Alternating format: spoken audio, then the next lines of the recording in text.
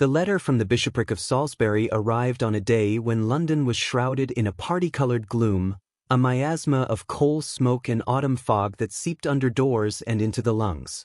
For Mr. Alistair Finch, a young architect of growing but cautious reputation, the heavy parchment, sealed with the bishop's own insignia, represented a beacon of professional opportunity. Its contents, however, would draw him into a darkness far more profound and ancient than any city smog.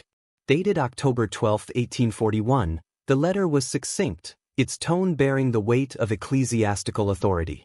It spoke of the church of St. Æthelred in the remote Dorset hamlet of Blackwood Ash. The parish incumbent, a Reverend Dr. Osmond Thorne, had reported a most disturbing and persistent structural anomaly, a pronounced and accelerating subsidence of the chancel floor, specifically beneath the high altar. The great slab of Purbeck marble was, by all accounts, sinking into the earth. Local masons had been baffled, and the village was gripped by a superstitious dread. Finch's commission was to travel to Blackwood Ash, conduct a thorough survey using the most modern principles of engineering and geology, diagnose the cause of this unsettling phenomenon, and prescribe a definitive, scientific remedy. To Alistair Finch, a man whose world was ordered by plumb lines, theodolites, and the immutable laws of physics, the problem sounded like a fascinating challenge. Subsidence was a known quantity, a matter of water tables, unstable subsoil, or neglected drainage. He envisioned a straightforward investigation, a clever solution, and a report that would cement his name within architectural circles. He accepted without hesitation. The journey from the metropolis to the West Country was a voyage not just through space, but through time. The bustling, soot-stained energy of London gave way to the verdant, ordered countryside of the home counties, which itself gradually surrendered to the wilder, more rugged landscapes of Dorset. The final stage of the journey from the market town of Wexcombe was undertaken in a dog-cart driven by a man named Jedediah Cropper, a native of the region whose face was as weathered and lined as the hills themselves. Cropper was a man of few words, and those he offered were grudging and laced with a taciturn suspicion of outsiders. The road, if it could be called such, was a ribbon of churned mud, flanked by dense, dripping woods of oak and thorn. A persistent, mizzling rain began to fall, casting a gray pall over everything. The air grew cold and heavy, carrying the scent of wet earth, decaying leaves, and something else, a faint, peaty tang of profound age. "Blackwood Ash," Cropper grunted as they crested a rise. "'Tis a quiet place." The village lay in the valley below, a dismal collection of no more than 40 cottages, all built of the same dark, local stone, their roofs sagging under the weight of thick, moss-covered thatch. They clustered around a triangular green, at the center of which stood a single, colossal ash tree. But this was no symbol of rustic life. The tree was a monstrous, twisted thing, its bark blackened as if by some ancient fire, its limbs contorted into agonized shapes against the leaden sky. The place exuded an air of sullen isolation, of a community turned inwards upon itself. At the far end of the village, separated by a waterlogged churchyard crowded with tilting, lichen-blotched headstones, stood the church of St. Æthelred. Even from a distance, it was clear the building was of immense antiquity, a Saxon structure, squat, formidable, and brooding. Its narrow windows were mere slits, and its low, square tower leaned at a disquieting angle, seeming to defy gravity through sheer stubbornness. It did not inspire piety, it emanated a palpable melancholy, a sense of weight and watchfulness. Cropper dropped Finch at the lich gate of the churchyard, refusing to take the cart further. "Vicarage is yonder," he said, pointing a gnarled finger towards a low, dark house adjoining the church. "I'll be back for you in a week, God willin'." The phrase hung in the air, carrying an unintended ominousness. The vicarage was opened by a woman of severe and bloodless aspect, her dress a dull black, her face a mask of pinched resignation. She introduced herself as Mrs. Rigby, the housekeeper, and wordlessly showed him into a study that was as cold and cheerless as the landscape outside. A meager fire sputtered in the grate, doing little to dispel the damp that clung to the room. After a few moments, the Reverend Dr. Osmond Thorne entered.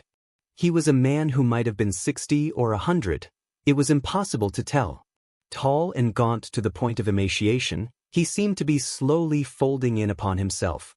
His black cassock hung from his frame like a shroud. His hand, when Finch shook it, was cold and trembled with a perpetual, fine ague. But his eyes, a pale, watery blue, were unervingly alert, sharp with an intelligence that had been honed by long contemplation of something deeply unsettling.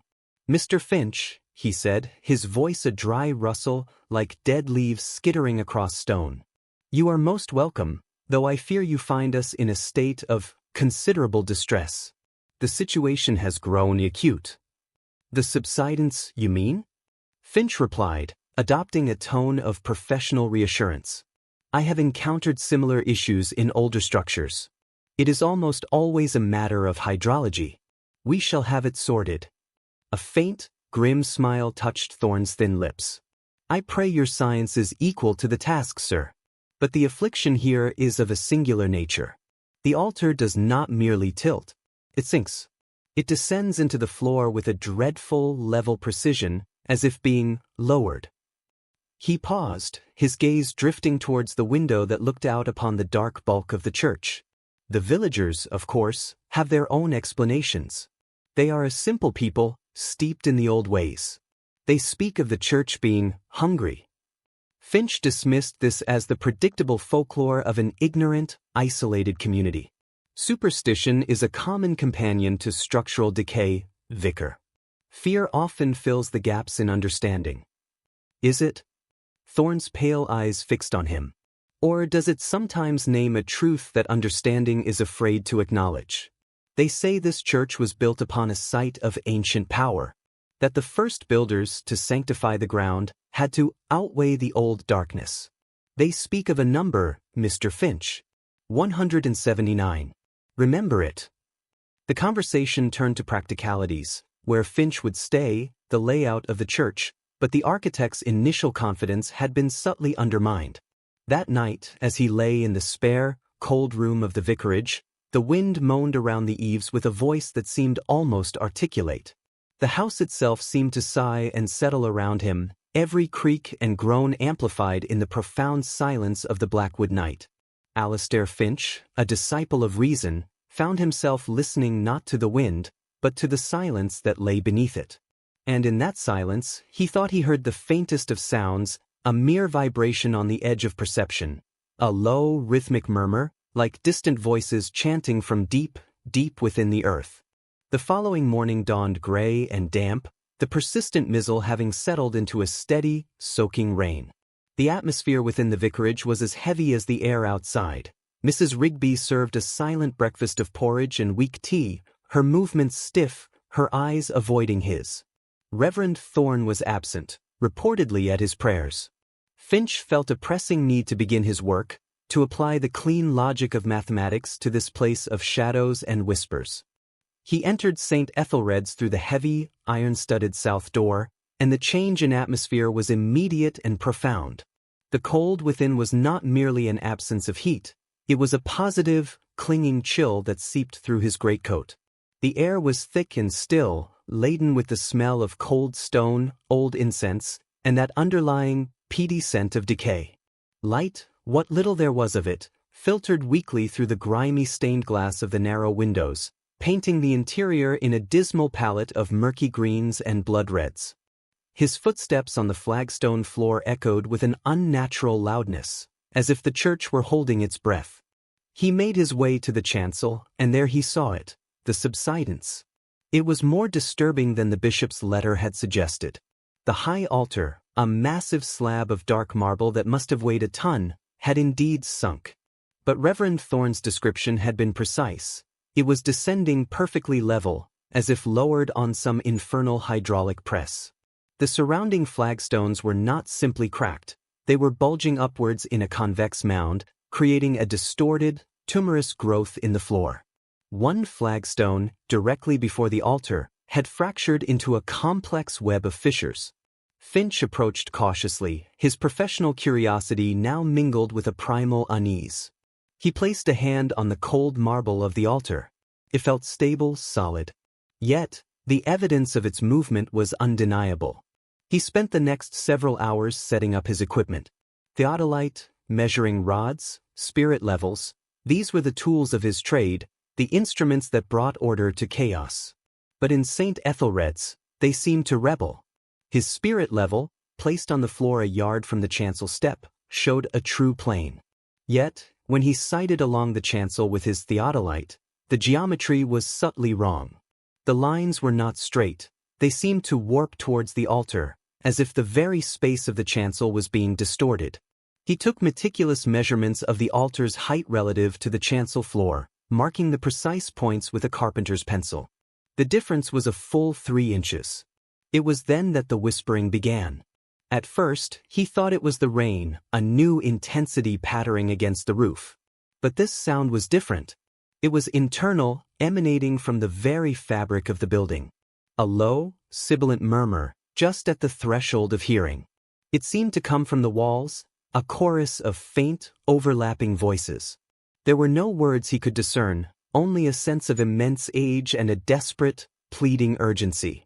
He stopped his work, listening intently.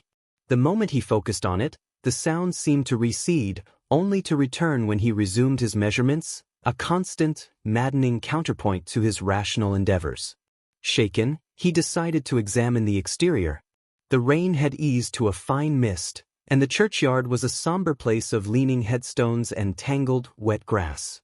He walked to the eastern end, where the chancel abutted the rising slope of the land. Here, he found the entrance to the crypt, a low, arched doorway of crumbling stone, set deep into the foundation. It was sealed by a door of ancient, blackened oak, banded with iron that was thick with rust. The lock was a massive, archaic thing, seemingly fused shut by time and corrosion. Yet, as he stood there, he felt a distinct, cold draft emanating from the gap between the door and the threshold. And with it came that smell again, stronger now, the sweet putrid odor of decay, unmistakable and stomach-turning. He returned to the vicarage for a spare luncheon, his mind racing. The geometric impossibilities, the whispering, the crypt, they were a cascade of anomalies that his scientific mind struggled to process. Reverend Thorne joined him, observing his preoccupied state. "You have seen it, then," the vicar stated rather than asked. "I have seen a significant structural problem," Finch replied, clinging to his professionalism. "The crypt, it appears to be the logical place to begin an investigation. The door is sealed." "A blessing," Thorne said, his voice low. "It has been sealed for generations. The last sexton, a man named Hargreave, attempted to open it some 50 years ago. He was found the next morning, wandering on the moor. His hair had turned white, and his mind was utterly gone. He spoke only one phrase over and over until he died a week later: "They are shifting. The foundation is shifting." Finch felt a chill that had nothing to do with the damp. A tragic story. But surely the man was unwell. "Perhaps," Thorne conceded, but his eyes held a different truth. "But consider the number, Mr. Finch. 179. Hargreave, in his lucid moments before his death, claimed that was the number of souls required to sanctify the ground. The number interred within the foundation. That evening, alone in his room, Alistair Finch opened his journal. He began not with his measurements, but with a calculation. He estimated the volume of the cavity that must have formed beneath the altar to allow for its descent. Using the dimensions of the chancel and the depth of the subsidence, he crudely calculated the cubic footage. Then, a macabre thought struck him. He calculated the approximate volume occupied by a single human body. He then divided the volume of the cavity by the volume of a body. The result was not exact, but it was horrifyingly close. 178. A margin of error of 1. He dropped his pencil as if it had burned him. It was coincidence, a grotesque numerical fluke born of fatigue and suggestion. It had to be.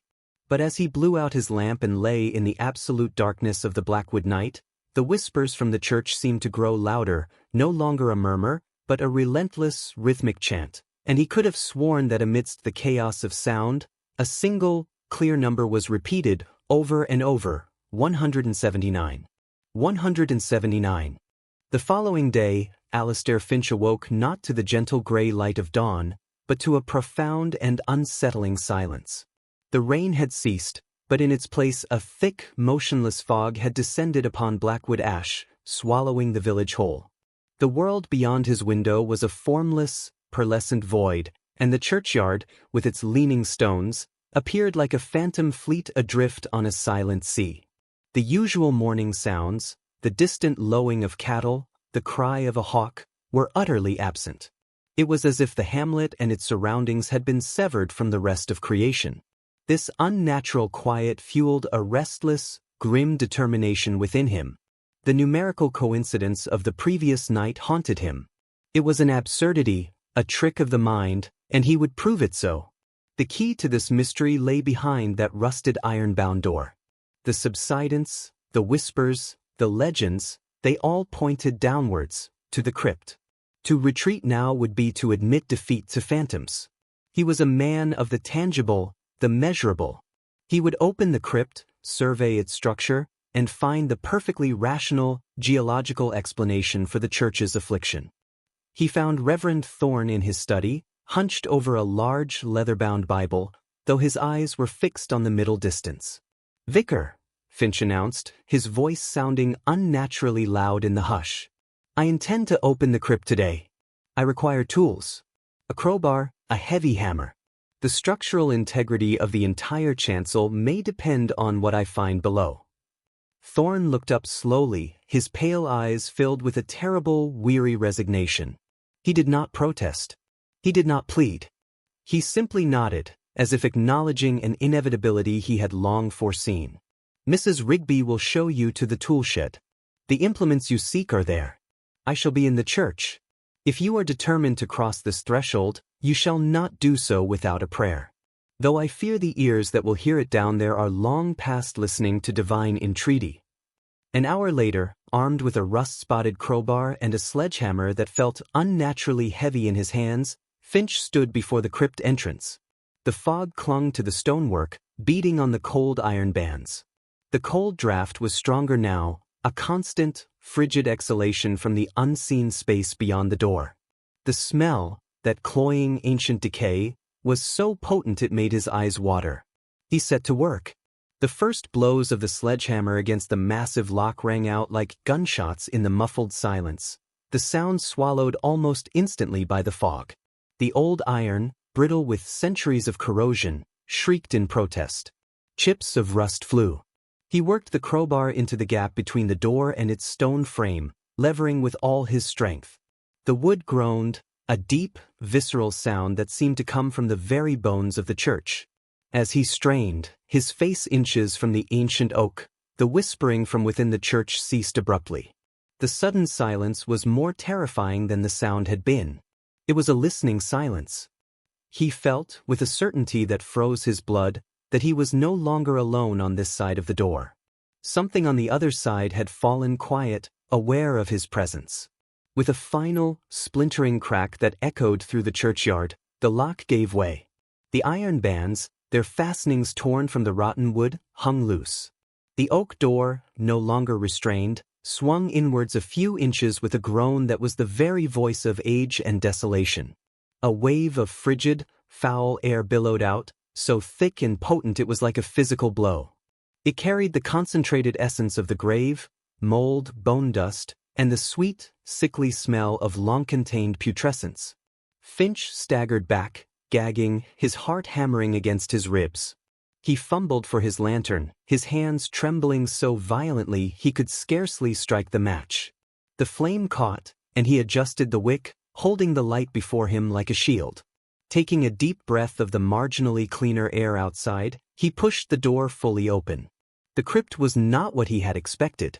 It was small, perhaps 15 feet square, and surprisingly empty. There were no grand sarcophagi, no neat rows of burial niches. The walls were bare, rough-hewn stone, weeping with moisture. The floor was not paved, it was packed earth.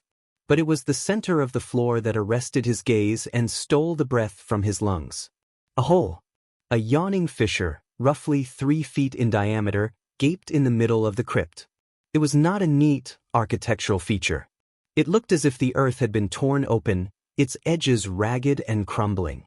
This was the source of the draft, the source of the stench. This was why the crypt felt empty, because whatever it had once contained had been swallowed by this void, or had, perhaps, erupted from it. The whispering began again, but now it was no longer a faint murmur from the walls above. It roared up from the abyss, a cacophony of countless voices, layered and overlapping. They were not speaking English, nor any language he recognized. It was a guttural, ancient tongue, filled with sibilants and guttural stops, a chorus of agony and desperation that seemed to rise from the very bowels of the earth. Holding the lantern high, its flame flickering wildly in the foul breeze, Finch crept to the edge of the hole. He peered down. The light did not penetrate far. It was swallowed by a profound blackness that seemed absolute. He picked up a small stone and dropped it in.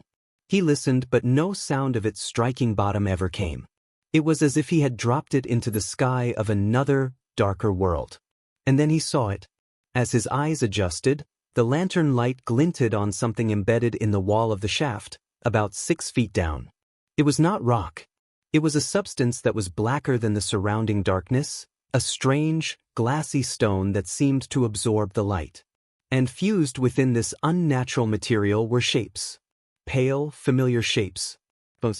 A jumble of skeletal remains, a rib cage here, a cluster of vertebrae there, a long femur, all melded into the black, glassy matrix.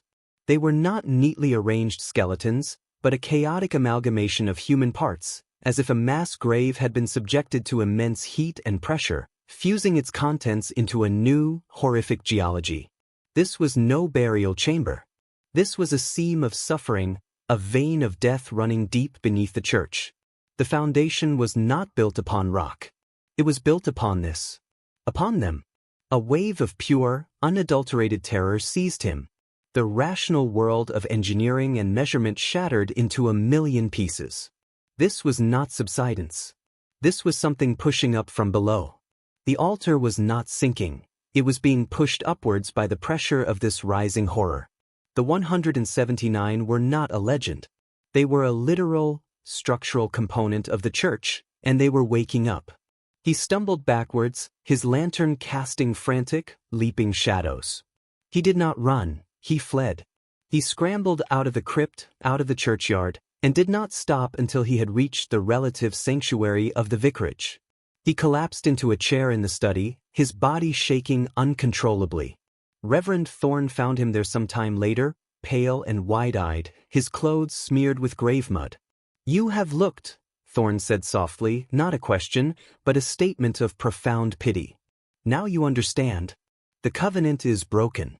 The foundation is stirring." Alistair Finch, a man of science, could only nod, his voice gone. He had sought a void in the earth, and he had found one.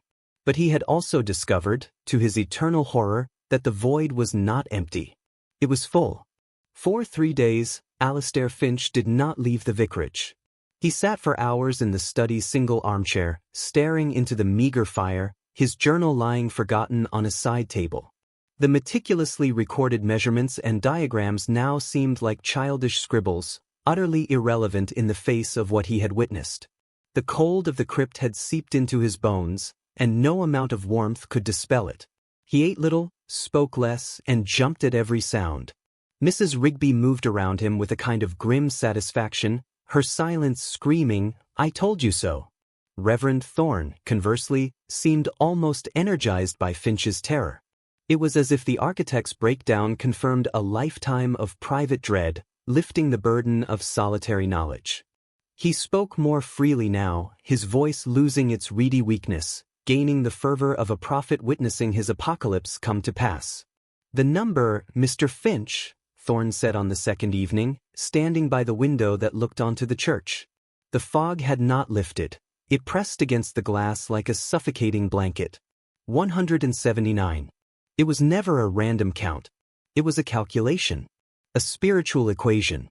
The old ones who built this place understood that the darkness here had a specific weight. A mass. To contain it, to pin it down, required a counterweight of equal measure. A weight of souls. Holy souls, sacrificed not to God, but to the geometry of containment. Finch found his voice, a raspy, unfamiliar sound. But the bones, they were fused into the rock. It was geological, a freak occurrence. He clung to the last shreds of his old worldview, a drowning man grasping at straws. Was it? Thorn turned, his eyes blazing in his gaunt face. Or is that simply the form that damnation takes? The physical manifestation of a spiritual truth? They are the foundation, sir. And a foundation, under sufficient strain, will crack. The pressure from below, the pressure of whatever it is we have buried, is now greater than the weight holding it down. The balance is shifting.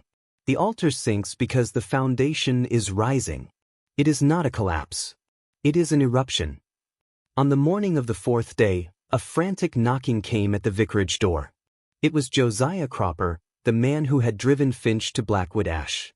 His face was ashen, his eyes wide with a fear that had nothing to do with superstition and everything to do with direct, terrifying experience. "Vicar, Mr. Finch, you must come." "To the church," he gasped, his breath pluming in the cold air. "What has happened?" Thorn asked, his voice calm, as if he had been expecting this summons. "The hole," Cropper stammered. "The one in the chancel floor. It's opened wider. And there's a smell. Worse than before. And the sound, God help us, the sound is like screaming." A cold knot tightened in Finch's stomach. He had left the crypt door open. He had, in his terror, left a gateway ajar. He followed Thorn and Cropper out into the oppressive fog. A small crowd had gathered at the lich gate, villagers huddled together, their faces masks of dread. They parted silently as the vicar approached, their eyes fixed on him, looking for guidance, for salvation. The interior of St. Æthelred's was a vision of hell. The stench that had been confined to the crypt now filled the entire nave, a palpable, choking miasma of rot and ancient corruption. The whispering had indeed escalated. It was now a high, thin, collective wail, a sound of pure, undistilled agony that seemed to come from every stone, from the very air itself. It was the sound of the foundation, screaming. They approached the chancel. The single, fractured flagstone that Finch had noted days before had given way completely. In its place was a ragged, dark opening, about 2 feet across. It was from this hole that the worst of the stench and the screaming emanated. The villagers hung back, crossing themselves, their prayers whispered and frantic. Thorn, however, stepped forward, his faith a brittle armor against the horror. He stood at the edge of the hole, looking down into the blackness. Finch, compelled by a terrible, morbid curiosity, joined him. He lit a match and dropped it in. It flared for a second, illuminating the sides of the shaft. The sight was worse than the crypt. The same black, glassy stone lined the shaft, and it was teeming with bones. But these were not jumbled and fused. They were moving, not with the animation of life, but with a slow, grinding, tectonic shifting. A skeletal hand, sheathed in that same leathery, preserved flesh he had seen in his mind's eye, was visible, its fingers slowly curling and uncurling against the dark stone. A skull turned slightly, its empty sockets seeming to gaze upwards, towards the hole, towards the light, towards them. It was not a corpse. It was a component, and it was straining against its confinement. A woman in the crowd shrieked. The spell was broken. Panic erupted. The villagers turned and fled from the church, their cries lost in the suffocating fog. Thorn stood his ground for a moment longer, then stumbled back, his face gray. He looked at Finch, and in his eyes was no longer prophecy, but raw, human terror. "It has begun," he whispered. "The counterweight is no longer sufficient. They are climbing. They are coming up." That night, Blackwood Ash descended into pandemonium. Doors were barricaded. The few animals were brought inside cottages. Lights burned in every window, but they did little to push back the oppressive darkness. And through it all, rising from the church, was the sound, the wailing of the 179, a chorus of the damned that grew louder with every passing hour, a siren song of impending doom. Alistair Finch huddled in his room, the vicar's words echoing in his mind. They are climbing. He was no longer an architect investigating a subsidence. He was a witness to the failure of a centuries-old dam, and he was about to be swept away by the flood that had been building beneath his feet all along. The scientific explanation was irrefutable, and it was monstrous. The structural integrity of St. Æthelred's was dependent on the perpetual torment of 179 souls, and that integrity was now catastrophically failing. The pandemonium that gripped Blackwood Ash was of a peculiar, suffocating kind. It was not the loud, frantic chaos of a fire, but a silent, frozen terror. No one shouted in the streets. No bells were rung. The only sound was the ever-increasing wail from the church, a sound that was no longer confined to the stone building but now seemed to emanate from the very earth, vibrating through the soles of their boots and crawling up their spines. It was a pressure, a psychic assault that made coherent thought impossible. Families huddled in their cottages, their windows shuttered and doors barred, listening to the symphony of the damned that played just beyond their walls. They did not speak, they merely held each other, their eyes wide and unblinking, waiting for the end. Inside the vicarage, the atmosphere was, if possible, even more oppressive. Reverend Thorne had retreated into a state of catatonic prayer, kneeling on the hard floor of his study, his Bible open before him, his lips moving soundlessly. The words of Scripture had no power here. They were thin, paper shields against a tangible, rising evil. Mrs. Rigby moved through the rooms like a ghost, her face a mask of stoic acceptance, as if she had always known it would end this way. Alistair Finch found he could not stay still. A restless, terrified energy propelled him from room to room, his mind racing in futile circles. He was a prisoner. Jedediah Cropper was not due for days, and the fog was so thick that attempting to walk out to Wexcombe would be suicidal. He was trapped in this valley, a spectator to the unraveling of reality itself. As full darkness fell, a new element was added to the horrific chorus. A sound of stone grinding on stone, a deep, rhythmic thud that shook the ground. It was the sound of the altar, Finch realized with a fresh wave of nausea. It was breaking through. The final barrier was giving way. Driven by a final, desperate need to see, to have his rational mind utterly annihilated by the evidence of his eyes, he left the vicarage. He did not run. He walked, step by leaden step, towards the church. The fog swirled around him, but it seemed to part before the churchyard, as if repelled by the darkness within. The wailing was deafening now, a physical force that beat against his eardrums. It was no longer a chorus of many voices, but had coalesced into a single, unified shriek of release, of triumph, of an agony so ancient and profound it transcended human understanding. He pushed open the south door and stepped inside. The scene within was beyond anything his nightmares could have conjured. The entire chancel floor around the altar had collapsed into a yawning pit. The great marble slab of the altar was gone, swallowed by the earth. But the pit was not empty. It was a seething, shifting mass of darkness. The black, glassy stone he had seen in the crypt was rising, bubbling up like a slow, viscous lava. And within it, the bones of the 179 were no longer embedded. They were moving with a terrible, puppet animation. Skeletal arms clawed at the edges of the pit.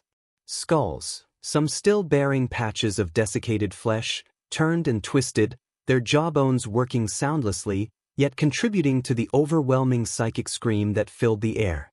They were not climbing out. They were flowing out.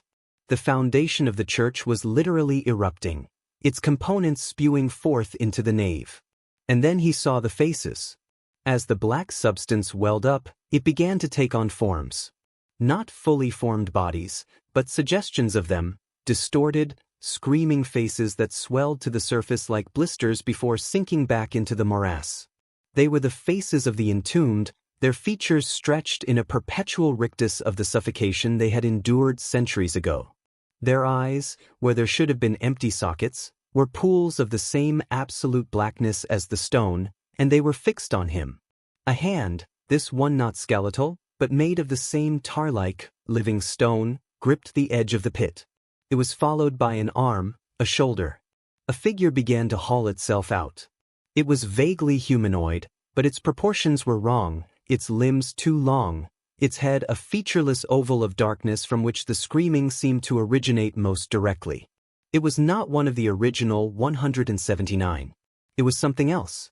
Something that had been formed from their combined anguish, a gestalt entity of suffering and hatred. Finch stood paralyzed, his mind simply refusing to process the information his eyes were sending it. This was the hunger the villagers had spoken of. This was the old darkness that the church had been built to contain. The souls were not the enemy, they were the fuel. The containment had not just held them, it had concentrated their agony, distilled it over centuries into this thing that was now being born. The creature turned its blank face towards him. The unified scream focused, narrowing from a general cacophony to a spear of pure sonic hatred aimed directly at his soul. It was a sound that promised not death, but dissolution, the unmaking of one's very being. That broke the spell. A survival instinct more ancient than reason took over. Alistair Finch turned and ran. He did not look back. He fled the church, he fled the churchyard, he ran straight through the village without a glance to the left or right. He hit the road to Wexcombe and ran until his lungs burned and his legs gave way, collapsing into the ditch at the side of the road. He lay there, panting, sobbing, the horrific screaming still echoing inside his skull, as if the thing had planted a piece of itself within his mind. Back in Blackwood Ash, the screaming from the church reached a final, crescendoing peak, and then stopped. The silence that fell was more terrifying than the noise had been. It was the silence of consummation, of a feast concluded. When the sun rose the next morning, burning away the fog, the village of Blackwood Ash was empty. Not a soul remained. The doors of the cottages swung open on their hinges. The church of St. Æthelred stood silent, its chancel a gaping wound open to the sky. Of the pit, the black stone, and the 179, there was no sign. They were gone. And they had taken everyone with them.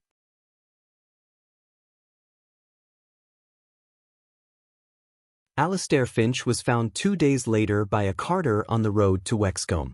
The man, thinking he had stumbled upon a corpse, was shocked when the prone figure stirred, clutching at his legs with skeletal hands. Finch was barely recognizable. His clothes were torn to rags from his flight through thorns and brambles. His face was gaunt, his eyes sunken into dark hollows, burning with a feverish, terrified light.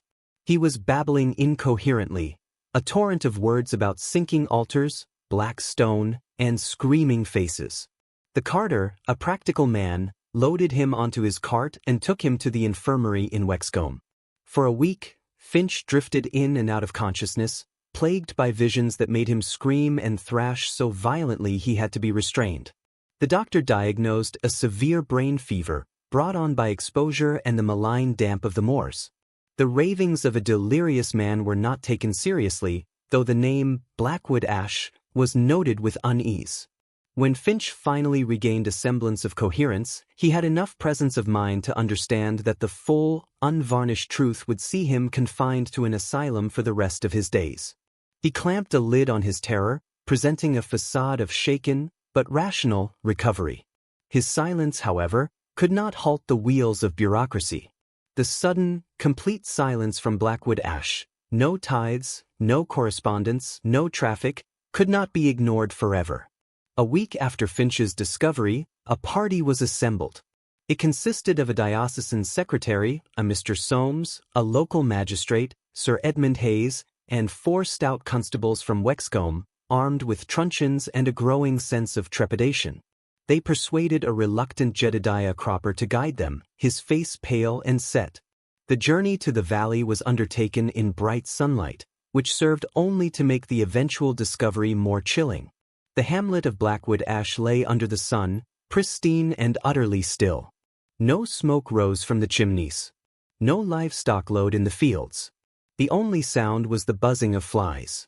The constables moved from cottage to cottage, their knocks echoing unanswered. When they pushed the doors open, they found scenes of arrested life. A bowl of porridge sat congealed on a table. A knitting project lay abandoned in a chair. A child's wooden toy was on the floor. It was as if every single inhabitant had simply vanished into thin air at the same moment. There were no signs of struggle, no blood, no violence. Only a profound, absolute absence. The group, with growing dread, turned their attention to the church. The south door stood ajar. The interior was cold and dark, the air thick with a strange, metallic dust that coated every surface. Their eyes were drawn immediately to the chancel. The sight that met them made even the hardened constables gasp and cross themselves. The high altar was gone. Not toppled. Not broken. Gone. In its place was a vast, ragged hole in the chancel floor, perhaps 10 feet across. The edges of the flagstones were not shattered outwards, as if from an explosion, but crumbled inwards, as if the stone had been dissolved or consumed. The investigators approached cautiously, peering down into the darkness. Sir Edmund dropped a lit torch into the void. It fell for a surprisingly long time, illuminating the sides of a sheer shaft that dropped into impenetrable blackness. The walls were not of earth or native rock, but of a strange, smooth, vitrified substance, black as obsidian. It looked as if the very earth had been fused by tremendous heat. There was no sign of bones, of black stone, or of any living or unliving thing. The shaft was just a void, a clean, geometric wound in the world. The official report, filed by Mr. Soames and Sir Edmund Hayes, was a masterpiece of obfuscation. It could not deny the physical evidence, the empty village, the missing altar, the inexplicable shaft, but it could provide a plausible, sanitized explanation. It spoke of a catastrophic geological event, a sudden subsidence of unprecedented scale, possibly linked to a buildup of subterranean gases. The disappearance of the villagers was attributed to mass panic, suggesting they had fled their homes in the night and, tragically, been lost in the treacherous moors.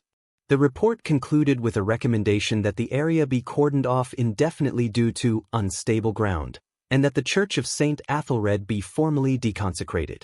The truth was buried deeper than the foundation of the church itself. It was too terrible, too antithetical to the rational Victorian world order. The file was closed. Blackwood Ash was wiped from the maps. The story became a local oddity, a ghost story to tell by the fire. Alistair Finch, once his health was deemed restored, submitted a brief, dry report to the bishopric. He described finding evidence of severe subsidence, a dangerous crypt, and a panicked village. He cited his own brain fever as the cause for any earlier, more fanciful claims. He recommended the site be abandoned. He then resigned his position, took a small inheritance, and moved to a remote cottage on the Scottish coast, as far from the damp, dark soils of Dorset as he could get.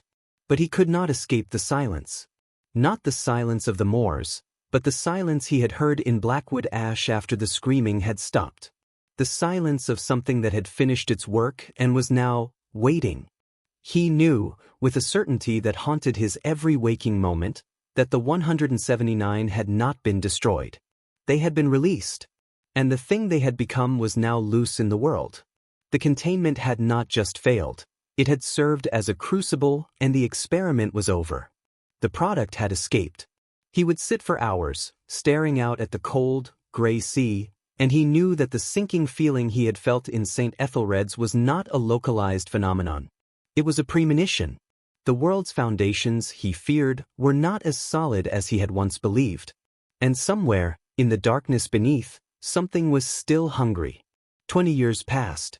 The world moved on as it always does. The reign of Queen Victoria solidified into an age of industry and empire, of steam and certainty. The strange case of Blackwood Ash faded into obscurity, a minor footnote in diocesan records, a local legend told to frighten children. The valley itself was left to nature. The cottages slowly crumbled, their stones reclaimed by ivy and moss. The church of St. Æthelred, a blackened shell, stood as a lonely sentinel over the silent grave of the hamlet. The official story of a geological catastrophe was accepted, for it was a comfortable, rational explanation that allowed everyone to sleep soundly in their beds. Alistair Finch did not sleep soundly. He lived out his days in a small, stark cottage on the wind-scoured coast of Sutherland, in the far north of Scotland. He never practiced architecture again. The very sight of a drafting table, of a theodolite, filled him with a nausea so profound he would have to leave the room. He lived a life of quiet, desperate solitude, his only income a small annuity that kept him in basic necessities. The locals knew him as a recluse, a man touched by some past tragedy, who would sometimes be seen walking the cliffs for hours, his eyes fixed not on the horizon, but on the ground beneath his feet, as if searching for cracks. He had aged decades in those 20 years. His hair was white, his body frail. But his mind, though scarred, was lucid. The brain fever had broken, but the memory of what he had witnessed in St. Æthelred's was etched upon his soul with the clarity of a steel engraving. He kept a journal, but it was not a record of his days. It was a single, continuous document, written and rewritten, an attempt to codify the horror, to capture the impossible truth of it in words before he died. He knew no one would believe it. That was not the point. The point was to bear witness. On a day in the autumn of 1861, a traveling geologist, a young and ambitious man from the University of Edinburgh named Dr. Edward Dalton, knocked on Finch's door. Dalton was compiling a survey of unique geological formations across Britain. He had heard rumors, through the academic grapevine, of a man who had been present at Blackwood Ash, a man who might have insights into the vitrified shaft mentioned in the terse official report. Finch, against his every instinct, let the young man in. There was a desperate, lonely part of him that needed to speak, to tell the truth to someone who, by profession, might have the language to understand. Dalton was bright, enthusiastic, full of the same rational confidence that Finch had once possessed. Finch spoke for hours. He did not rant or rave. He spoke calmly, precisely, describing the measurements, the geometry of the sinking altar, the properties of the black, glassy stone, the precise number, 179. He held back nothing, not even the final, horrific vision in the church. He watched Dalton's face change gradually from keen interest to polite skepticism, and finally to a pained, embarrassed pity. "Mr. Finch," Dalton said gently, when the old man had finished. "What you describe, the seismic activity, the vitrification, these are known, if rare, phenomena. Subterranean coal fires can create similar effects. The psychological trauma of witnessing such an event, combined with the isolation and the local folklore, it can play terrible tricks on the mind. The number, the figures, a waking dream, surely."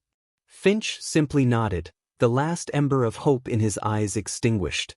He had known this would be the response. He was too tired to argue. He saw the young man to the door. As Dalton left, he turned. "The world is a rational place, Mr. Finch, governed by natural laws. We may not always understand them, but they are constant." After he was gone, Finch stood for a long time at his window, watching the relentless Atlantic waves crash against the cliffs. Constant laws, he thought. But what if there were other laws?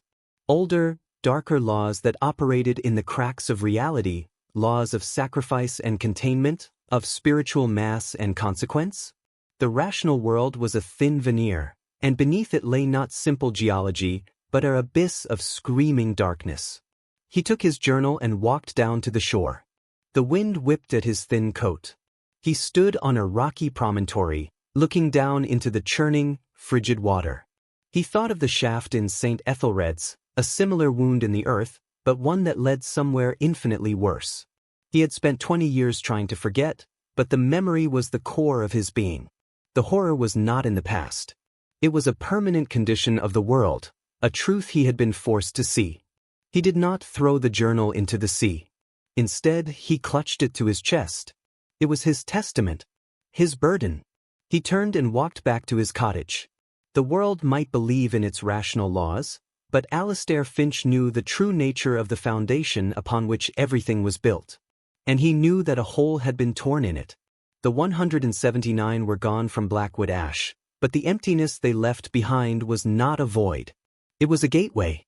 And a gateway, once opened, can be used from either side. He died in his sleep that winter. His body was found weeks later. The journal was buried with him, at his request. Its final entry consisted of only one sentence, written in a trembling hand. "I do not fear death, for I have already seen what lies beneath." The official cause of death was recorded as a failure of the heart. But in the remote villages near Blackwood Ash, where the old ways still hold sway, they tell a different story.